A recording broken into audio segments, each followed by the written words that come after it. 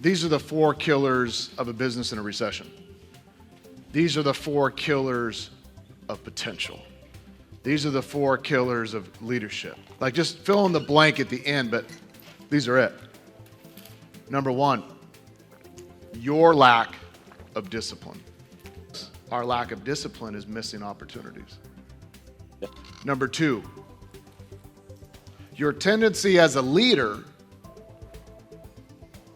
to trend towards being too optimistic.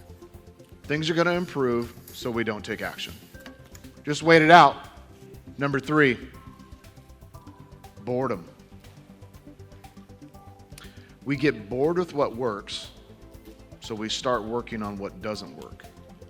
And then over time, we forget what it was that made us successful in the first place.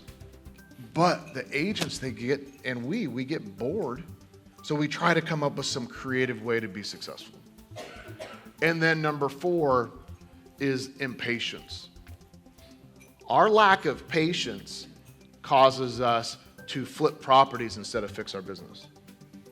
Our lack of patience causes us to buy a bunch of crypto instead of consistently invest into an index fund.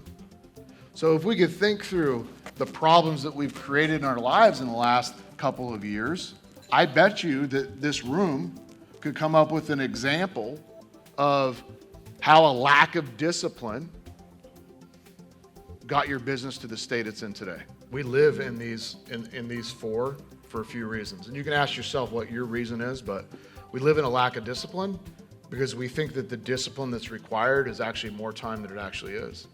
You want to clean up your database? 10 minutes a day of inspecting your database with your agents is way better than you've been spending, and it'll make a massive difference. But you don't do it because you think, I don't have time to do it. But 2 minutes a day, you have 10 minutes. Why do we live in optimism? Well, when you hire somebody, you live in optimism because you don't want to fire that person because you don't want their job back.